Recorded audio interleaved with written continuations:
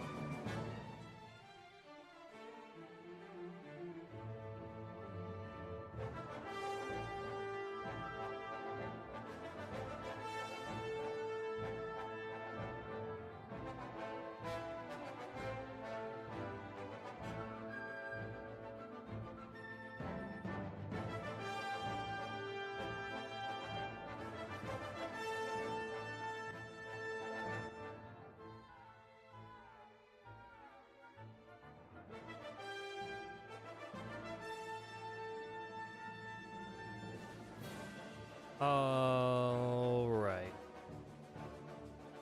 I think everything is set up in a very weird, different way and a completely different setup. As I look over at all of my different pieces and parts. My computer's to my right now, which is a little weird. I had to completely move my mic, completely change all of my lighting to hopefully be able to do some stuff. I do have a little bit of a shaky camera setup, which is annoying, but it's the only way that I can do it without holding it. So I'll do my best to make sure it doesn't move as much when I review stuff, but anyway, without further ado, I have been waiting to rip these things open. This is the newest Magic the Gathering set that is partnering with Final Fantasy across a lot of different cards. My real camera records the on the right there in a square format. So I have on the left side pretty much all of the cards in the set. There are like a bajillion. To my understanding, there are 3 different types of sets. The thin cards here, which is all your like standard Final Fantasy for the standard draft stuff. There's the FIC, which is your like commander cards that are specifically made for the commander format, which is a little more popular, but they're not legal in the like standard format that they do. And then there's the Through the Ages cards, which are screenshots or art that come directly from the game or from like the game art, concept art and stuff itself, which are basically the same concept as like the Finn series here. But a couple of cool cards that, you know, from an art perspective, and then there's a lot of like more powerful cards. And you know, which one's which, I don't really know too much. I've been kind of watching things and putting a little bit of it. I'm kind of interested just to see, generally speaking, what you get out of these. I'm more of a seasoned Pokemon and Yu-Gi-Oh player myself. So this is the first time into Magic for me. But right off rip, I do have a starter kit. This has like cards within it for a Cloud and a Sephiroth deck. These are set. Like what you get in it is effectively 2 decks that are kind of ready to play, and they're already made. So they're not kind of my big focus as of right now, but essentially these things are just kind of ready to go. If you watch them and unbox these or review them or whatever, like the decks are pretty much the same every time. So maybe in the end I'll rip through these, but really my big focus is going to be these play boosters. I don't even know how many in here, but there's just a lot of them. When you buy your own booster box, it does come with a Herald's Horn promo card, which I don't know how this is going to work for. There we go. This is the promo card that you get along with the big box of boosters, which is pretty cool. This is a 3 colorless artifact. As this artifact enters, you choose a creature type. Creature spells that you cast with the chosen type cost 1 colorless less to cast. At the beginning of your upkeep, you can look at the top card of your library. If it's a creature card of the chosen type, you may reveal it and put it into your hand. Probably not super valuable necessarily, but like the card itself is really cool. You can only get it from, at least to my knowledge, by buying these big booster things. So pretty rare. It's also shiny, holographic. I don't know all the terms for you know, like hollows, reverse hollows, and whatever that you normally get with Pokemon and full arts and whatnot. So I'll probably call them based on those, but who knows what they'll actually be in terms of the dealio. But yeah. Let's go ahead and rip into some of these guys here.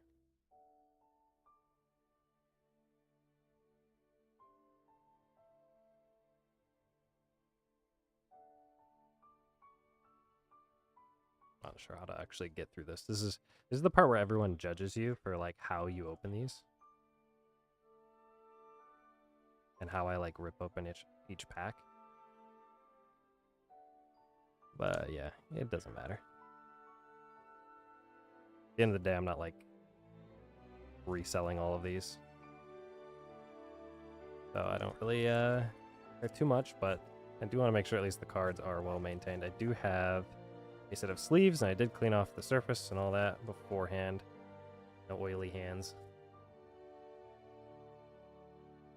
But here we are with the booster box. I got my sleeves ready on hand. Running Dragon Shield. Not sponsored, but we're throwing it out there in case anyone's curious. So it looks like these were meant to be popped from a store standpoint, and then you would maybe fold that bit out, and also just kind of open it here. Oh, I see how it's supposed to be. You open it. Yeah, I don't know. There's something with this guy. Probably just to make it fold over nice and pretty looking. Oh, wait. This way. Yeah, and then you sleeve it in. We're going to take some of the Belio here, but here's all the archetypes that you can apparently play based on the colors and what they're designed to, generally speaking, do if you're playing 2 colors. But you can look all that up. There are so many. I don't know how I'm going to get through all these. This is going to have to be a two-part thing. Holy smokes. Theoretically, this thing goes like this. Yeah.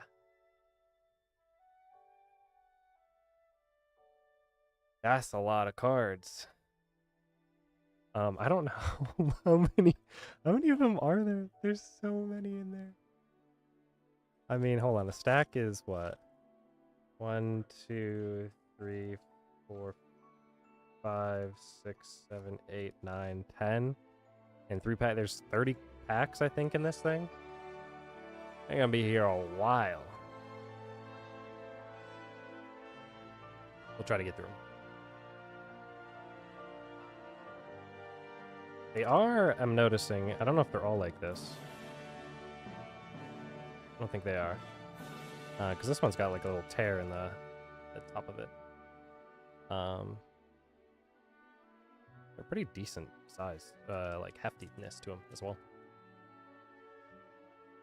But let's go ahead and rip 'em. Don't really know necessarily what we're looking for. Are there, I'm gonna preview off the screen. Are there code cards or anything like that in here that I should be worried about? I don't think there are.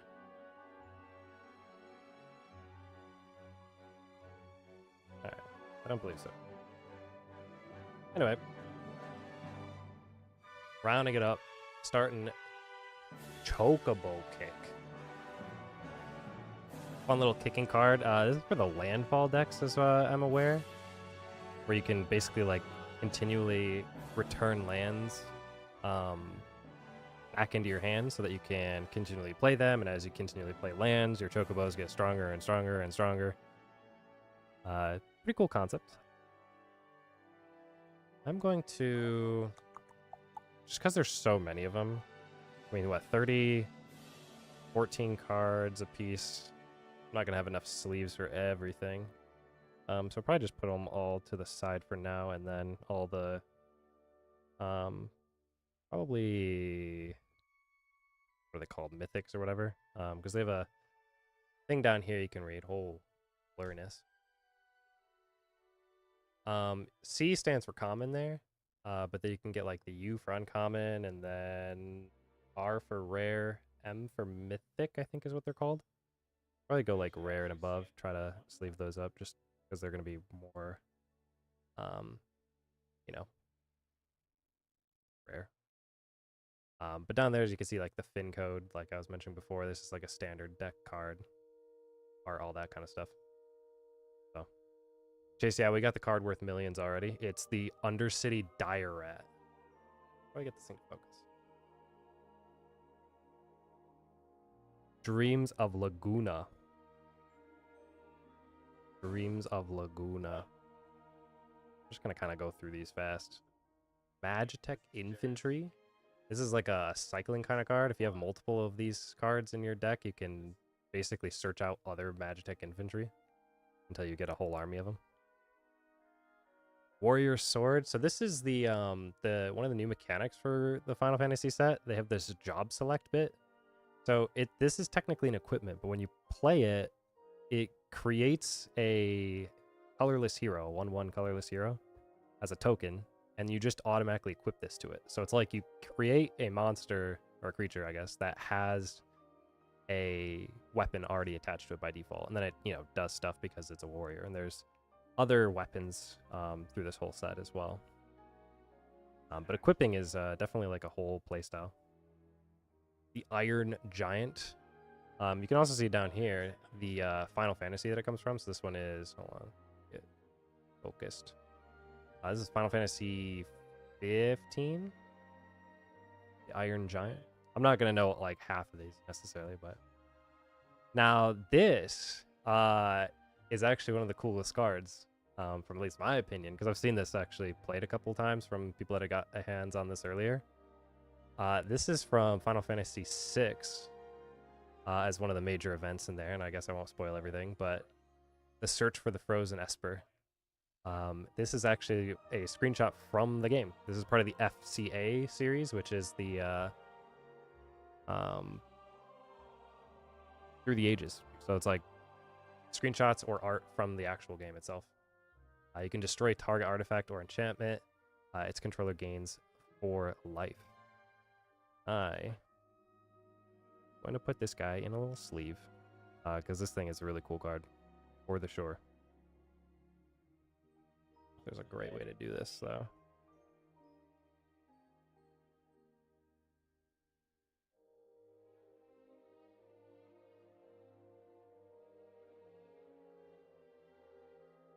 There's your card, Chase.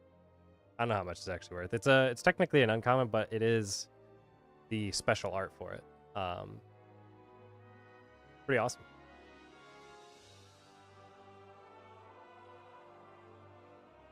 I actually think that's even like extremely playable. We'll leave that down here. The Realms Sketching.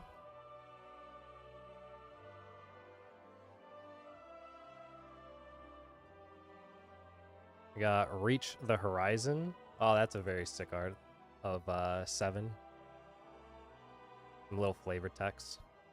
This is his goodbye, City of Mako. Mako.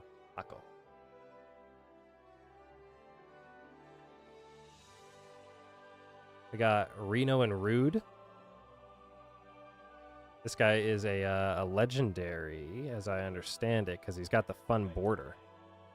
I'll probably sleeve this guy as well, just because he is considered unique.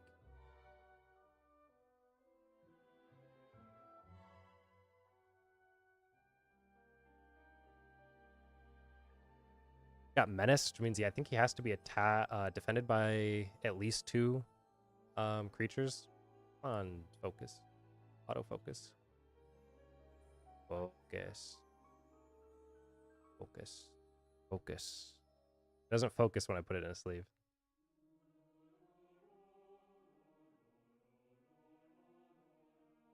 Oh, just imagine it did that. If I do this.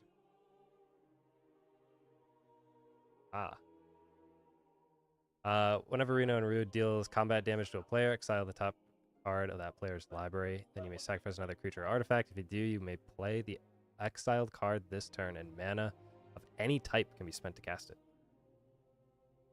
Interesting setup.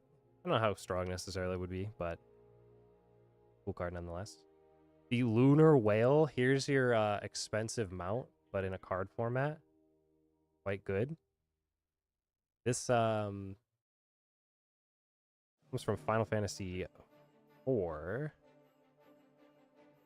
It's a flying vehicle. You can look at the top card of your deck, or sorry, your library, at any time. As long as the Lunar Whale attack this turn, you may play the top card of your library. So you basically get like an extra hand size, being that the top of your deck. And you can, put someone inside of it. Crew 1, that's inaccurate. It's actually a mount of 8 players in Final Fantasy XIV. Another one to sleeve. Very cool. Jill. Shiva's Dominant. When Jill enters, you can return up to 1 other target non-land permanent to its owner's hands. And somewhere along the lines, you'll be able to exile it, return it to the battlefield as Shiva, the Warden of Ice. You get to flip it over. Everyone should know that knows me. I am a big fan of Shiva.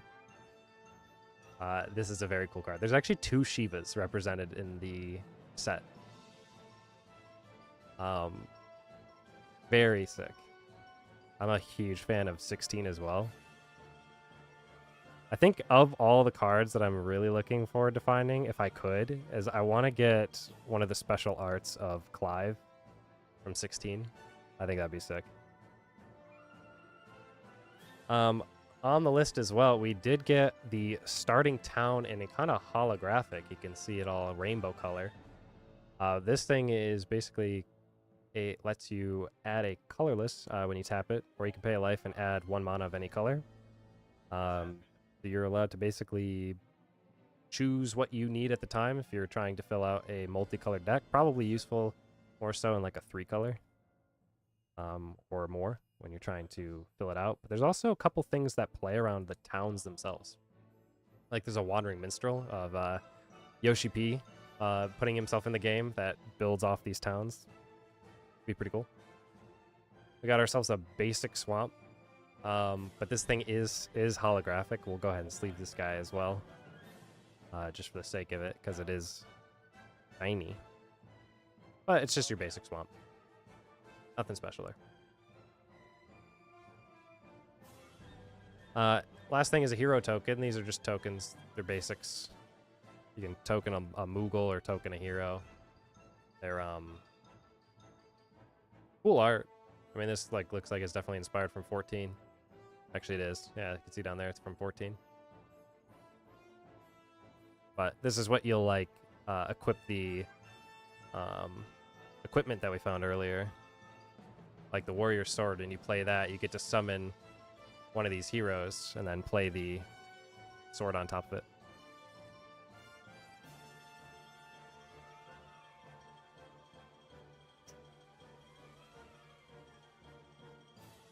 All right, let's go. Second one out of 30. I'm going to have to do this in parts. There's no way I'm getting through all of these.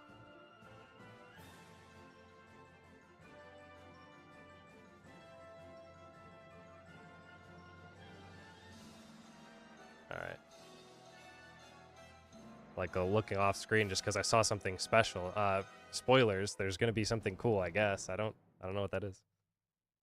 One of my favorite cards, Suplex, where you suplex the Phantom Train from 6? Yeah. Final Fantasy 6. This is a tiered, I think it's called tiered, card where you can basically choose one of the effects from it, depending on what you're looking for, but you have the ability to suplex, where you deal 3 damage to a target creature. If that creature dies, you exile it instead of just, killing it to the graveyard. Or you could just completely exile a target artifact. Very strong, especially for 2 energy, or 2 mana. Down here. The Namazu Trader. Just an interesting little fish guy. Bases around treasure tokens. Frisch's Wanderings. Helps you search for basic land or town cards. Probably more useful if you're doing any of the landfall or the town setups themselves. The Kikurin Merchant. A little beast citizen guy. He does stuff, I'm sure. Slash of Light's an interesting guy. This is obviously like the John Final Fantasy on the cover. The Slash of Light deals damage equal to the number of creatures you control plus the number of equipment you control for the target creature. So basically, in the later game, this becomes kind of a nuke if you have built up a huge board. So it's kind of a playstyle where you just want to flood the field and then hit someone hard. Laughing Mad, an interesting card. This has a lot of synergy with some of the red deck. But as a additional cost to cast the spell, you have to discard, but you do get to draw 2, and it does have flashbacks. You can recast this from your graveyard for a greater cost. But this helps with some of the card economy on it. Little picture Kefka. Yo, we got a full out of Yuffie. This is our legendary human ninja. Commander Ninjutsu. Whenever a ninja you control deals combat damage to a player, you can reveal the top card of your library and put that card into your hand. Each opponent loses life equal to that card's mana value. Kind of just a way of ramping some damage off. Very cool card, though. I'll go ahead and put that in here. Spoilers, don't look at the cards. Actually, you can't even because they're blurry.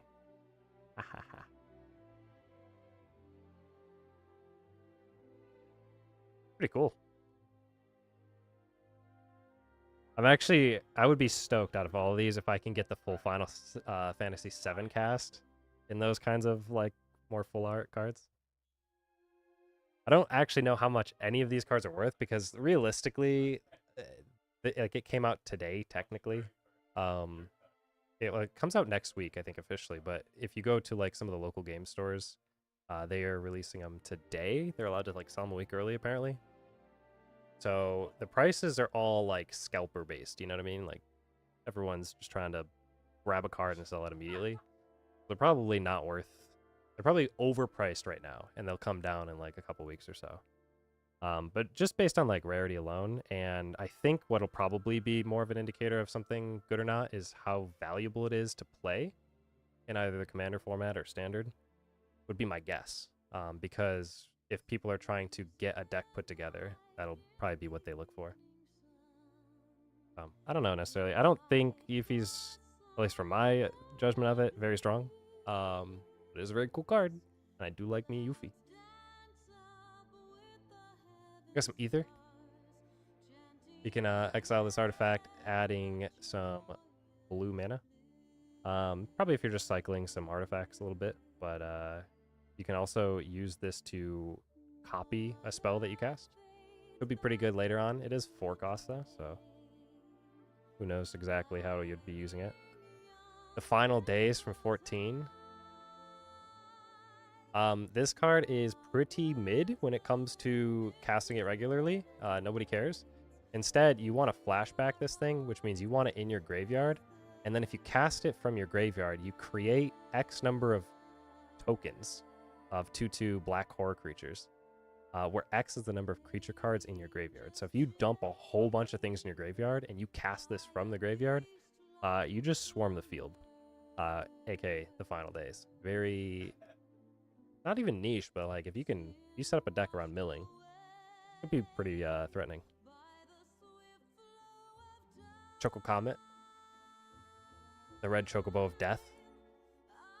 Deals X damage to any target. Where X is whatever you want to spend above the 2 that it takes to run. So you can kind of ramp it up with any extra mana that you have.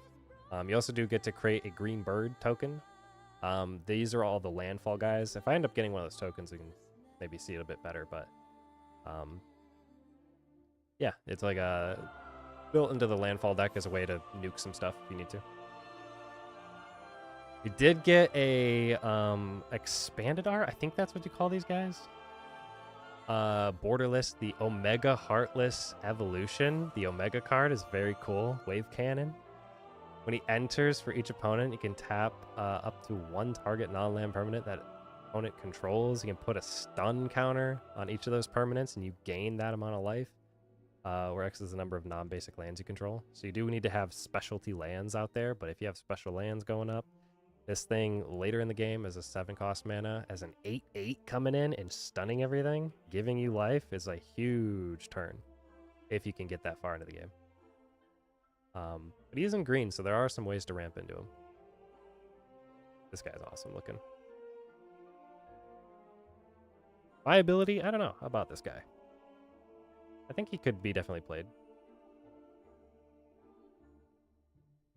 But, like, yeah. An 8/8 is pretty dang hard to come over. Especially when he has a bunch of stunning effects and stuff. Alright, I'm gonna have to start making decisions here. Which cards I want to set in the little best pulls. We do have Lindblum Industrial Regency from Final Fantasy IX. This is one of those town cards. These town cards have these little adventures on them. So, like in this one, when you play this, it comes in tapped, and later on it just provides you red mana, but you can create an 0/1 black wizard creature token with whenever you cast a non-creature spell, this token deals 1 damage to each opponent. Basically just start spamming black wizards.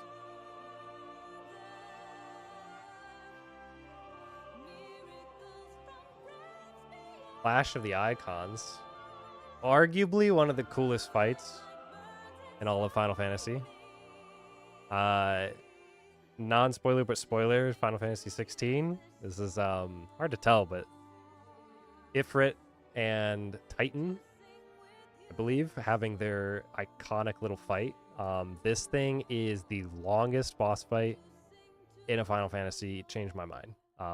Huge, epic, multi-part. Very cool. You get to choose one from a couple of these things.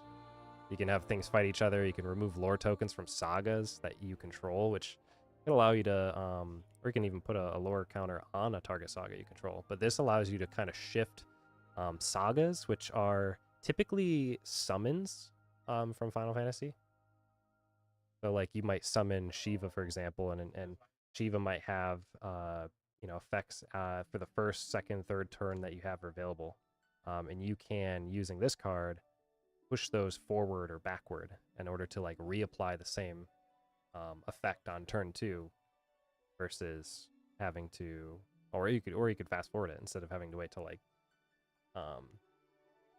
turn 3 to get an effect. You could forward that. We did get ourselves a fun forest. This thing is a little shiny guy, but it's from Final Fantasy 11, it looks like. Not sure if that's going to focus very well, but a couple guys in there, little mud crabs.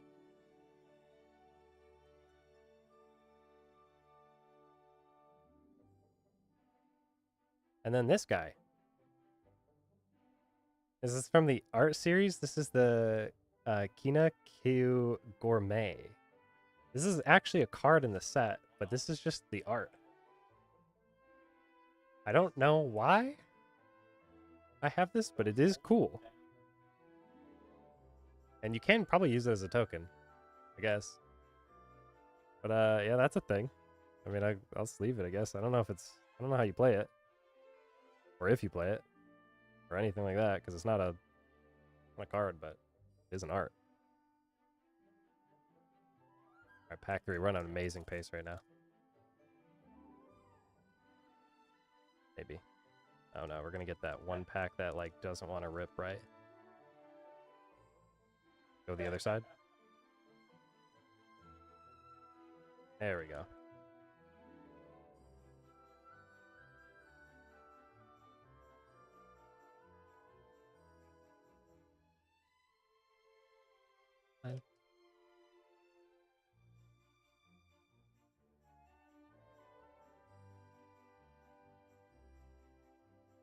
Fight on. Little Aerith and Yuffie from 7. Return to 2 target creatures from your graveyard to your hand. Maybe has uses. Probably not, would be my guess, unless there's, like, a strategy specifically around it. The Gazelle Greens. I haven't read this. Sorcery, create a 2/2 green bird creature token with the normal bird creature token stuff. And you can flashback it. So it's basically just a token generator. And you can cast it again from the graveyard. It might actually be pretty useful in a landfall type deck. Magic Dampener. One of the only that I've seen hexproof stuff. But this is an instant that you can cast to a target creature and give them hexproof, so they cannot be basically interacted with by a bunch of other spells. They get +1/+1 as well. This for, like, 1 cost is quite effective. Like, this thing is probably gonna be ran quite a bit in, like, more of a blue setup. Cloudbound Moogle. Little Moogle guy. I don't know if there's a Moogle specific deck. I imagine that they're mixed in with hounds or something. But I haven't seen them too much. This is the plane cycling card as well. So in case you don't want to spend this to summon a probably somewhat mediocre type creature, you can plane cycle it, meaning that you can just discard this for 2 colorless, and you can search your library for a planes card, play it in case you're suffering a little bit on the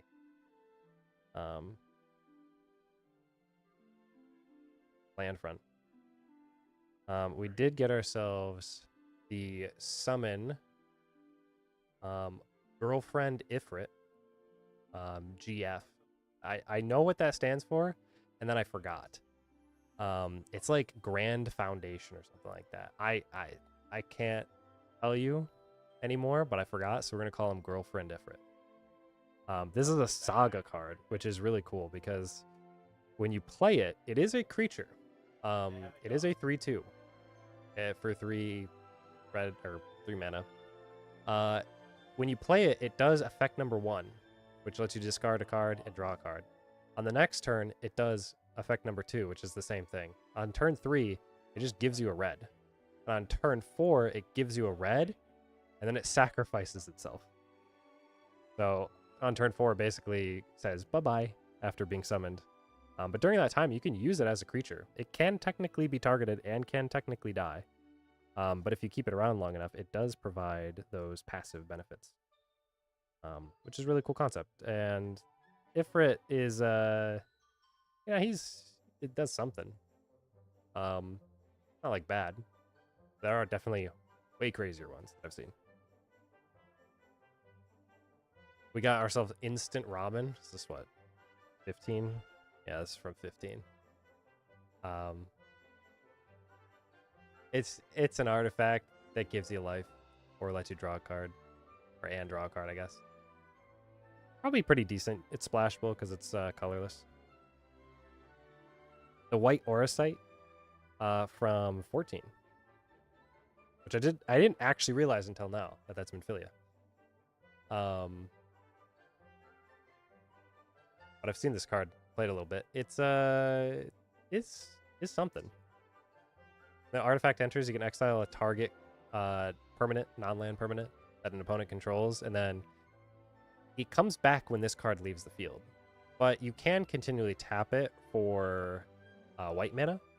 So it is good enough in the sense that you can kind of hit some extra mana with it, but if this goes off the field, then that creature comes back, or whatever you've decided to exile, so I don't know. Maybe not as good. Let's see. Another Ether, we've already got that before. Already got our Choco Comet before. Diamond Weapon, Yoish the Boy. The Diamond Weapon. Legendary Artifact Creature, Elemental. Oops. Spell costs 1 less to cast for each permanent card in your graveyard. So if you can get a bunch of permanent cards into your graveyard, this thing no longer becomes 9 mana, it becomes way less. It's also immune to all combat damage that would be dealt to the Diamond Weapon, and it has reach. So this thing just comes in as a beat stick, as an 8/8 beat stick. You can get this thing really early too if you run like some sort of a milling deck. Like I imagine this thing is in like a green and black deck. You can try and put a bunch of stuff in the graveyard and then pull this thing out really early. Pretty cool. I spilled all my cards down here, but we did get one of the Sids. The Sid Timeless Artificer? Maybe? There we go. Legendary Human Artificer. The artifact creatures and heroes you control get +1/+1 for each artificer you control and each artificer card in your graveyard. So the thing about Sid is that you can have as many Sids as you want in your deck. There's no cap to it. So you could run a full Sid deck. It does also have cycling for, mana or whatever. This is the Final Fantasy II version of Sid. But apparently there's different art of each Sid from the different Final Fantasy games. So maybe if we can get another one, we can look at them all. But there's like a whole bunch of art specifically for each Final Fantasy on Sid.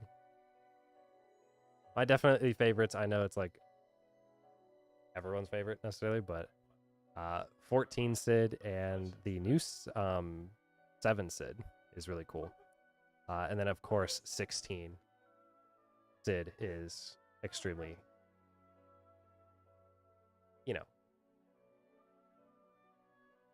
he's awesome. Big W for Sid, yeah. We got the Summoner's Grimoire. This is a crazy card that I don't know when you play it because it's 4 mana. But it says that when you equip it, basically, whenever this guy attacks, you can put a creature card from your hand onto the battlefield.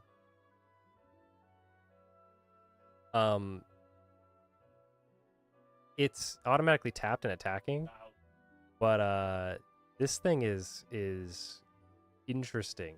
You could basically ramp up when you have 4 mana. You could throw out like a diamond weapon, or you could throw out Omega, who's like 7 mana, like really early, as long as you have him in your deck. But you kind of play this setup where you almost brick yourself because you can't play it in your hand unless you get this card. So I don't know how you'd play it, but you know, maybe it has a value. You have to probably find ways to search for it. Get another girlfriend Ifrit card as well. Ooh, this one's shiny though. I'm actually gonna just leave this guy.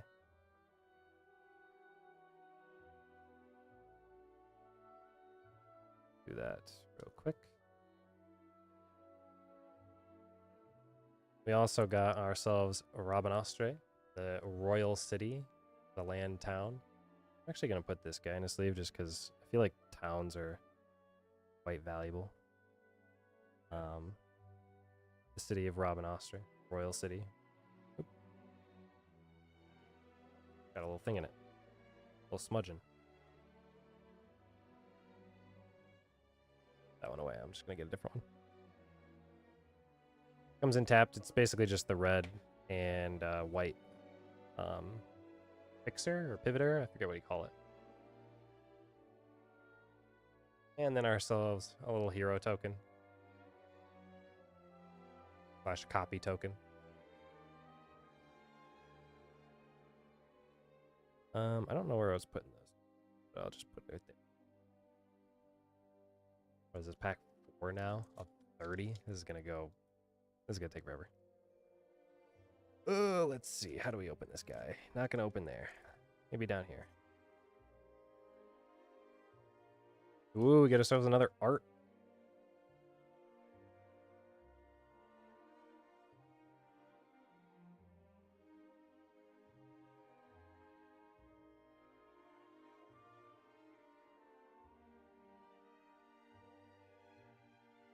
Shinra reinforcements.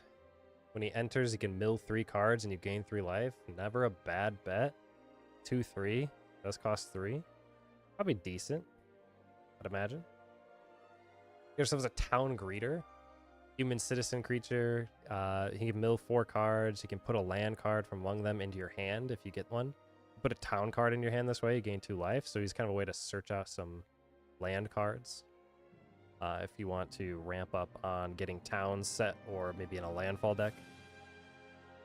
We got ourselves Ice Magic, one of those tiered cards where you can choose to spend on top of this cost here, so that the 2 mana, you can just cast Blizzard, returning a creature to the owner's hand, or you can spend an extra 2 to be able to put the target creature's owner puts it on their choice at the top or bottom of their deck or their library. And then Blizzaga, you could cast as well as a tiered cast, or having it shuffle it into their deck and lose it. So, interesting way to basically postpone or, freeze one of their best threats on the field. The Dwarven Castle Guard, everyone's favorite little buddy. 4, all the old dwarves. When this creature dies, he creates a 1/1 colorless hero token. So he kind of like helps you stall. Keep your numbers up. Got Thunder Magic tiered. Similarly there, it's like you can deal 2, 4, or 8 damage depending on how much mana you want to spend. But this is just a single red as well. Pretty good. Almost said Psychopath. What is it? Syncopate? Syncopate. I've never seen that spelled out. Counter target spell. Unless its controller pays a cost, which is whatever you're willing to pay, they gotta pay. Interesting way to counter stuff, and you can exile it instead of having it go to their graveyard. Could be pretty good for things that have flashback that you want to prevent your opponent from getting access to again. Blitzball. Funny little card coming from 10. But you can, for 3 colorless, you add... or you play this artifact, you can tap it at any time to get 1 mana of any color, so it's kind of 2 cost if you want to think about it that way, but you do have to play it once you have 3. And goal, or gold, is you can tap it, sacrifice this artifact and draw 2 cards. You can only activate this if an opponent was dealt direct damage by a legendary creature this turn. You have to attack them with a legendary creature, and then you're able to draw 2 cards from it. So kind of a payoff card if you can keep momentum up. With the cargo ship, little flying vehicle with vigilance. You can tap it to add some colorless. You can crew a guy. Fire magic, basically the same concept we saw before with the lightning, but you deal 1, 2, or 3 damage to each creature, so it's a little more AoE. Crazy good if you're fighting any of the white decks that have like spamming a bunch of lower tier units or copies of things. Also probably destroys, well, maybe not destroys, but you could maybe shut down a little bit of the birds in the landfall deck where they get a lot of bird tokens, depending on if you can kill them before they get big, because the birds continually eat and get stronger and stronger and stronger. Gaius Van Balsar, the guy himself. This guy's an interesting one. Yeah. When he enters the field, you get to choose one. You can either have each player sacrifice a creature of their choice, you can have a sacrifice a non-creature of their choice, or sacrifice an enchantment of their choice. But he comes in and basically says mutual destruction. Such devastation was certainly his intention. A legendary guy.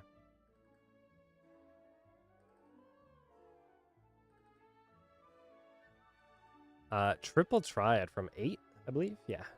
Triple Triad is a card that I never read because it seemed like a card game within a card game was going to be interesting to keep up. Come on. You know you want to focus.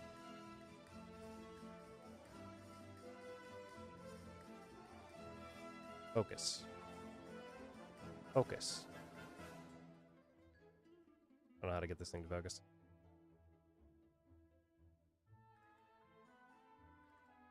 Do this.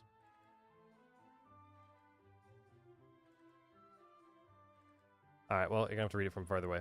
Maybe. It's a little blurry. Oh, there it goes. At the beginning of your upkeep, each player exiles the top card in their library. Until end of your turn, you may play the card you exiled this way, and each other card exiled this way with lesser mana value than it without paying their mana costs. Probably a way to just spam a whole bunch of stuff. I'd have to see it be used to know if it's any reasonable. Speaking of being reasonable, this is a good card. Xenos Galvis. Probably one of the funniest cards in Commander. And this is a sick art. Holy. My first friend, when Xenos enters, you choose a creature that your opponent controls. Until the end of the turn, everyone else except for Xenos and that chosen creature get -2/-2. They are the only 2 that matter on the field. Very true to his character. And when that chosen creature leaves the battlefield, you can transform Xenos into Shinryu. He becomes a flying 8/8 dragon. And he earns Burning Chains. When the chosen, you basically can choose an opponent after that. So you first chose a card on the field as your opponent. Now you choose an opponent. And when that chosen player loses the game, you just win.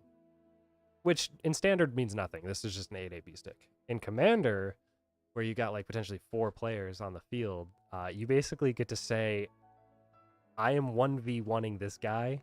And if you can support him, but it kind of makes the game almost like a 1v3 in a sort of situation.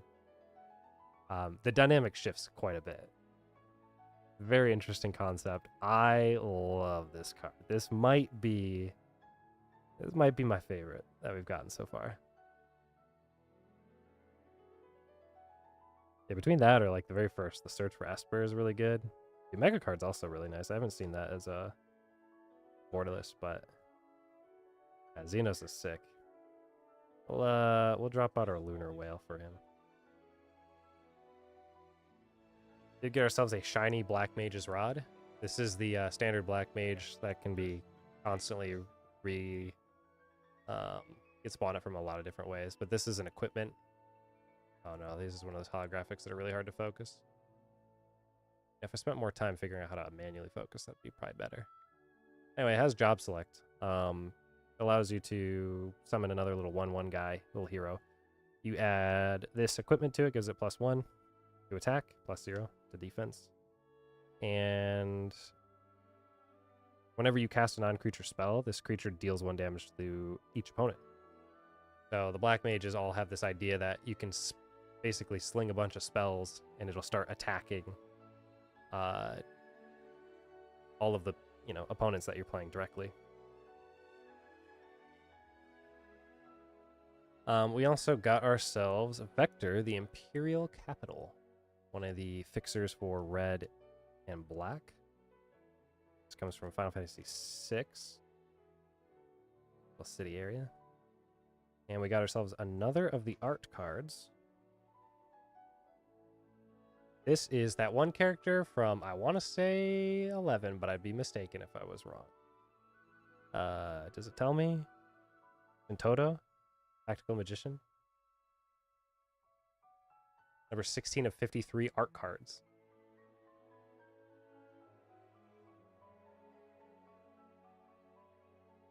Cool little guy.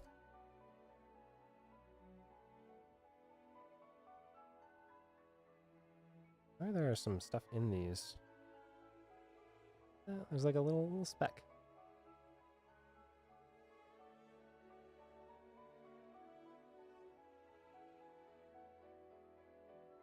Never mind, it was on the outside.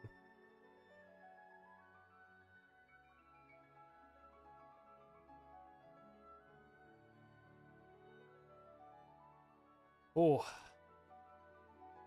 Probably go for another like 3 boosters or something like that, and might have to break and do some more later. I did not realize how long this would be because of how many packs there were.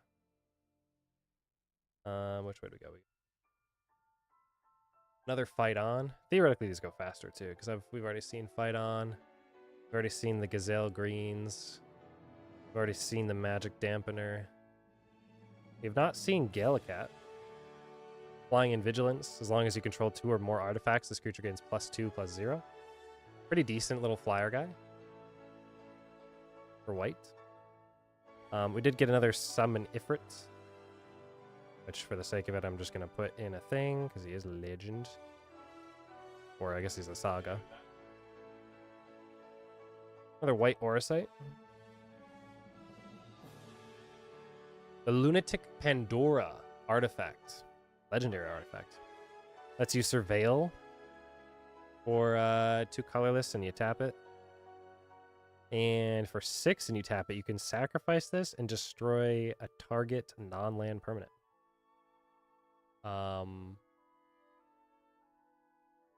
Unless you're using it for surveil, probably not too crazy. I mean, sacrificing this to destroy target is not that great when you're spending 6. But I mean, it exists. Oh yeah. Guy. Golbez, the Chad in Darkness. There we go. Look at that guy. Legendary creature, Human Knight. Whenever another creature dies or a creature card is put into the graveyard from anywhere other than the battlefield. So if you're milling or if you're like sending something from like the hand, as long as you're not battling with it and dying, or a creature leaves your graveyard, so maybe you're reviving it or sending it to an exile, Golbel deals 1 damage to each opponent. You can also cast a little extra deal here for each player can mill a card, so you can just continually mill stuff from your library, and that will trigger off his effect over and over again. This art is very cool looking. I love it being like a full art, white background, the knight clad in darkness though. That's a cool guy. chill over. Got ourselves an elixir, a little operate from 4. It's an artifact. Comes in tapped, and you can spend 5 and tap it to exile it. Shuffle all non-land cards from your graveyard into your library again. You gain life equal to the number of cards. Maybe there's a use case for that. You want to like continually cycle your deck, but probably not as great in my understanding. Flash the icons once again. Not shiny this time though. Magitech Armor. When this vehicle enters, you create a 1/1 colorless hero creature token, and theoretically you're going to pilot it because you can crew it. Louis Suarez Sacrifice. Non-hollow. Not a legendary or anything. It was just an instant. As an additional cost to this cast, to cast a spell, you do have to sacrifice a legendary creature, or you can pay 2 mana. You can counter a targeted activated ability, triggering that ability or non-creature spell. So it's like a counter card. You can stop something from happening, but you do have to sacrifice somebody. Very fitting for Louis Suarez from 14. Maybe has some use cases, but I mean, sacrificing your own guys to stop something is potentially troublesome. We got ourselves the Fat Chocobo. This is a staple for our land-based decks. You get to summon some more birds. Whenever you have land, you can, make the bird stronger. And for turns 2, 3, and 4 that this is on the field, all your creatures gain trample, meaning you can run through the enemy and hit them, not directly, but like indirectly, directly. Very powerful indeed. Especially when you start ramping up with a ton of chocobos. This one is a little shiny.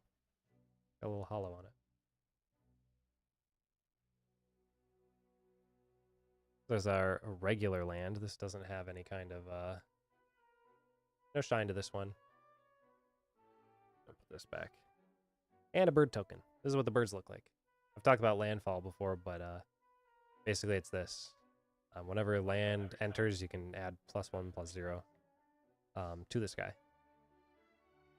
till the end of the turn for this little bird token. The landfall ability on like the actual birds, the 2/2 birds that you play, they get like +1/+1 permanently, I believe. The backside is a wizard token.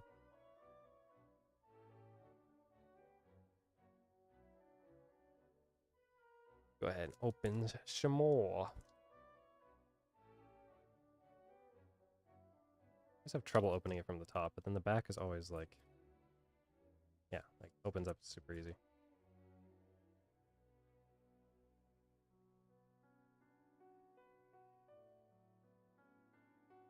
I got ourselves a Bard Bow, another equipment for the heroes, the job select. You get to summon a hero, equip it, and gets +2/+2 in reach. It's now a bard in addition to other types. So basically it's just giving it reach for 3. Pretty decent. Rook Turret, I think is actually pretty good from what I've seen. It's a flying creature. It's 3/3 for 4 mana. Whenever another artifact you control enters, you may draw a card. And if you do, you then discard a card. So you're not gaining card economy, but you are cycling your deck to find exactly what you need. On top of that, it is just, like, powerful, generally speaking. Probably finds itself in the right decks, especially if you're, like, trying to cipher through and find the right pair of items. Or if you are trying to intentionally throw something into the discard pile, maybe more importantly. Aerith Rescue Mission. Mixed feelings about this one from what I've seen online already. You can either choose one, take the elevator. You can create 3 1/1 colorless hero creature tokens, which is generally speaking, a good thing. Or you can take 59 flights of stairs, which lets you tap up to 3 target creatures and you stun them. Which is, they can't be untapped for a turn. It is 4 mana to use, which is why it's got a little bit of contention because it feels like you're not doing much other than prolonging. But in the right setup, it could probably be fine. Quite effective. Probably depends on the deck you run. Light of Judgment. This looks like another Kefka card from 6. Light of Judgment deals 6 damage to target creature. Destroy up to 1 equipment attached to that creature. So you can deal 6 damage, which normally will just like kill anything. But if you have a beast monster with a big equip, you can just destroy their equipment, which sometimes that equipment is what's giving them the bulk, and sometimes that can actually do more than 6 damage, air quotes. Could be pretty strong in the right setup. This is a very good card from what I've been hearing. Sephiroth's Intervention. You kill something, it destroys it, and you gain 2 life. This is the kind of magic card I like. You just kill, easy, understand. I don't have to read it. A Sahagin, little merfolk guy. Whenever you cast a non-creature spell, at least 4 mana was spent on that cast, you can put 1/1 counter on this token, and it can't be blocked this turn. Probably decent in more of like a red-blue. I think those tend to scale with the 4 mana cost spent. Oh, we got him. Kefka. This is a good... Oh, this is not... Okay, so this is a different Kefka. Kefka Palazzo. This is a legendary enchantment creature. This is different than the other Kefka. The God Kefka card. This thing is just indestructible. As long as your devotion to red is less than 5, Kefka isn't a creature. He's just not considered a creature, which allows him to not be targeted by certain things. Whenever another creature you control enters, he just deals 2 damage to each opponent. Creatures you control get +1/+0 until the end of turn if you decide to burn a little extra cost on it. Very cool art. There's another Kefka in this set that is a gold card. It has 3 different colors, I think, attached to it, if I'm not mistaken. And that thing is a menace. That is a very cool card, though. Continuing on, we got Poison the Waters. Choose 1. All creatures get -1/-1 till the end of the turn, or target player reveals their hand. You can choose an artifact or creature card from it, and they have to discard it. Probably extremely good in a control deck. I would imagine you're running that almost all the time. Swallowed by Leviathan from Final Fantasy II. Choose a target spell, surveil 2, then counter the chosen spell unless the controller pays 1. For each card in your graveyard. So if you got a hefty graveyard, that thing is going to cost a lot. We got the Judge Magister Gabrinth from 12. This is the Bajja armor in 14 that comes from this character. It's got menace, meaning you can't block it unless you're sending 2 guys after him. Whenever another creature or artifact you control dies, you put 1/1 counter on them. So if you send a bunch of enemies in first, or sorry, a bunch of your creatures in first, and they just start dying over and over again, then you can buff this guy up. You can also theoretically kill your own creatures this way, because it just says whenever they die, right? So there's a couple cards that sack off your own creatures. Might be pretty decent in this. I'm pretty sure they're also in the black deck. So you just kind of kill off your own stuff, and eventually this guy becomes a menace. Starts out at 2/2, but you get him in there for 2 mana. Pretty good. This is a funny card. I seen someone from Wizards of the Coast explain this, but this is their card collection in the card collection game. Turn my music down because they're singing opera. When this enchantment enters, you draw 3 cards, then you discard 2. At the beginning of at the beginning of your end step, if 8 or more cards are in your graveyard, you transform this thing to become the magic card. It's the magic card. Hold on. We skip ahead because this is a great song, but like, there we go. I just need it for my own sanity. I can't hear the words while also trying to do this. Flying, little artifact vehicle card. You can crew 1 character on it. I don't think this is gonna be crazy good at all, but I mean, it is a thing. A cool little side quest. You have to complete a little mission. The Jumbo Quacktoire. This thing is crazy. 10,000 needles. Whenever this creature attacks, it just gets plus 99999 until the end of the turn. So it has 1/7, meaning it blocks everything borderline. It is 7 cost though, so like you're not gonna get it till the end game unless you find a way to cheat it in. But yeah, whenever it attacks, it wins the fight. Unless, you know, you trade with it. Like if you can do 7 damage, you can kill it. But if this thing hits you directly, you just win the game. Like if this thing ever got trample attached to it, spoilers, you can do that with like Fat Chocobo. This thing hits the opponent directly for any damage, trample, flying, whatever you can throw on it. It's dead. Like that's a lot of damage, as Phil Swift would say. Very cool card. Probably has some interesting plays. We did get ourselves a shiny Adalbert Steiner from 9. Very cool character, but he's also very useful, I believe. He's got lifelink, so he can steal health from, you know, hitting the opponent. He gets 1/1 for each equipment you control. So if you're playing him in an equipment deck, he basically scales from 2/1 to, you know, higher value and gives you health back as you play. The more equipment that you throw in there, I mean, the job select alone allows you to play an equipment and get a character on the board, right? Because you get the hero and the equipment. So this, along with some of the job select stuff, be pretty good. We got ourselves Windburst Federation Center, a town, another town, green and white fixer. Very cool. I'm gonna sleeve all my little towns because I think they're cool.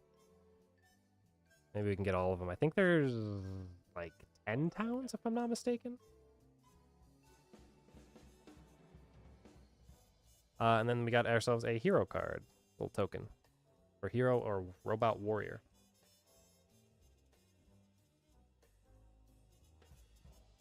The Bard hero. Doesn't matter which hero it is necessarily as a token, but I think I got maybe one more. Time for one more.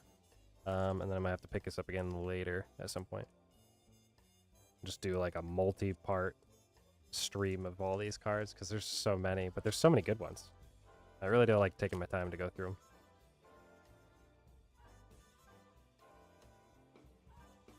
All right.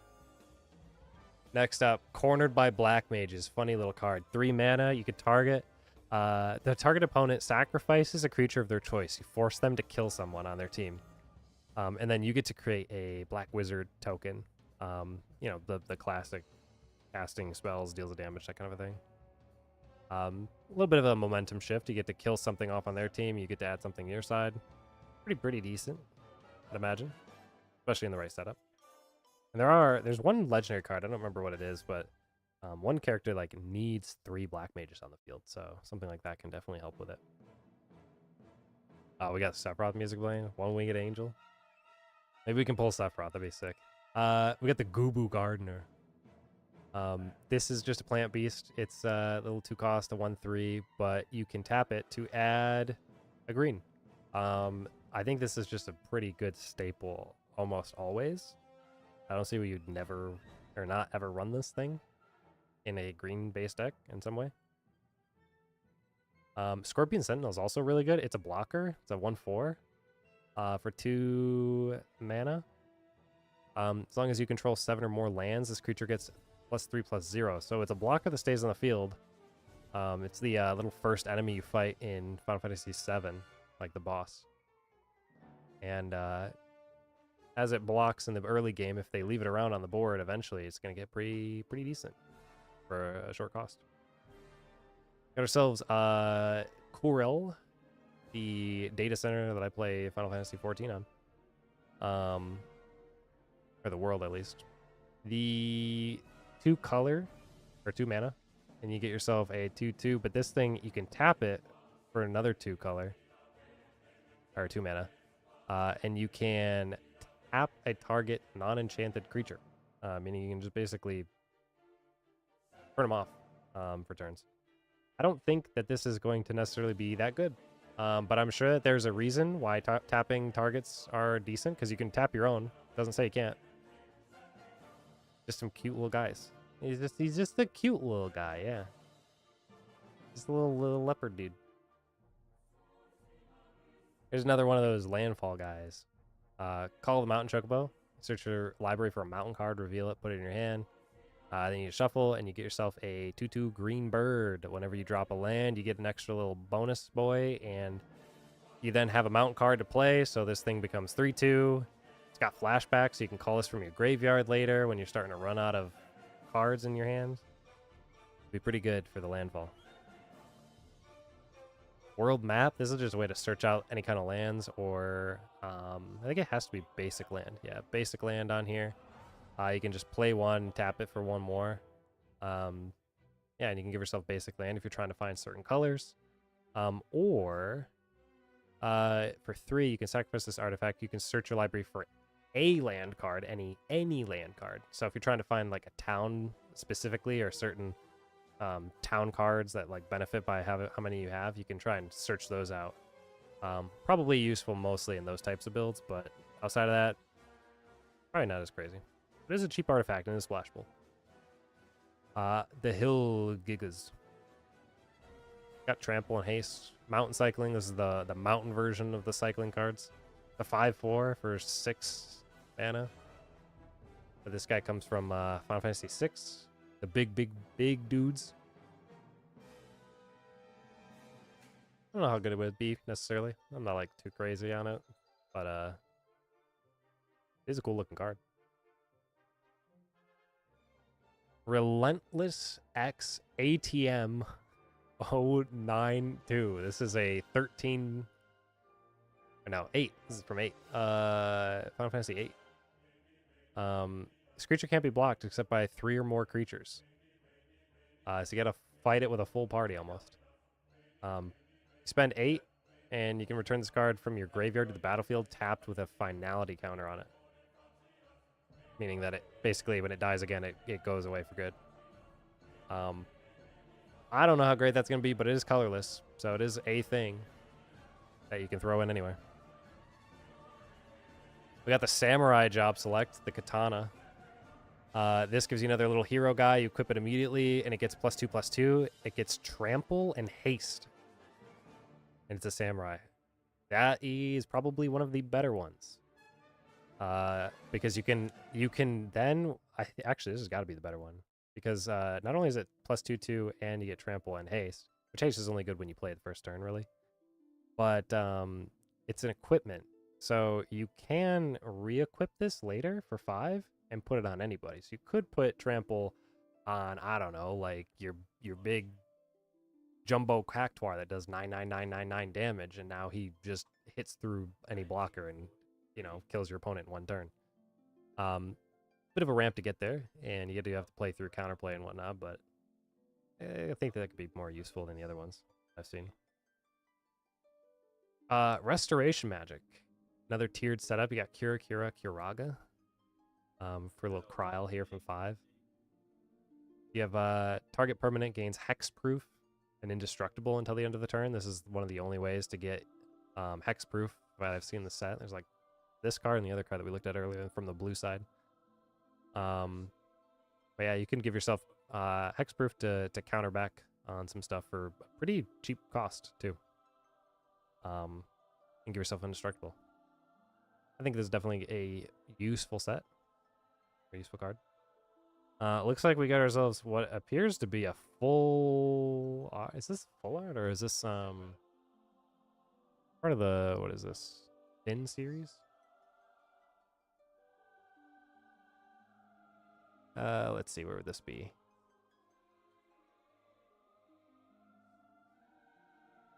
Right there. What is this part of? What is this considered? This is considered a borderless alternate art. Summon Anima.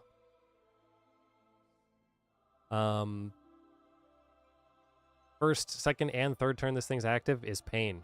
You draw a card and you lose life. At the 4th turn that this thing is active, you get Oblivion. Each opponent sacrifices a creature of their choice and loses 3 life.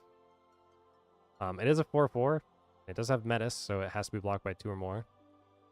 Is it good? I mean, you do get to draw a card. You are slowly killing yourself. I don't know. In the right setup, probably. Realistically, probably not. I don't think so. But, you know, card economy. Probably only useful in, like, white and black where you can get your health back up. Because otherwise, you're killing yourself with 1, 2, 3, 4, 5, 6. Or no, you don't actually have to. This is only your opponent. Your opponent has to take the 3. So you actually only lose 3 health. So maybe it's not as bad, but is a cool card. Is it worth putting it on the bracket? I don't think so. I think these are my favorites. But I will lay it to the side. We got ourselves Arden from 15. Yeah, Arden the Usurper. Maybe. It focuses. We'll hold it down here. Demons you control have Menace, Lifelink, and Haste when you throw this thing out there. It is 8 cost, but everything becomes really strong. He also has Star Scourge at the beginning of your combat.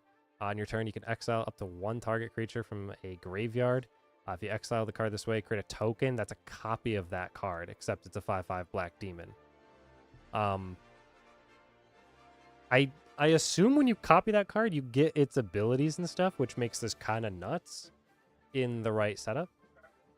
It does lose its stats, becomes a 5/5, but, you know, if you give yourself a 5/5 thing that has, like, Death Touch or something or whatnot, like a little more HP on that thing, in the right setup, this is probably one of those, like, end the game cards. It'd be pretty decent. Did get ourselves another white aura site, but this one is hollow. A little shiny to it.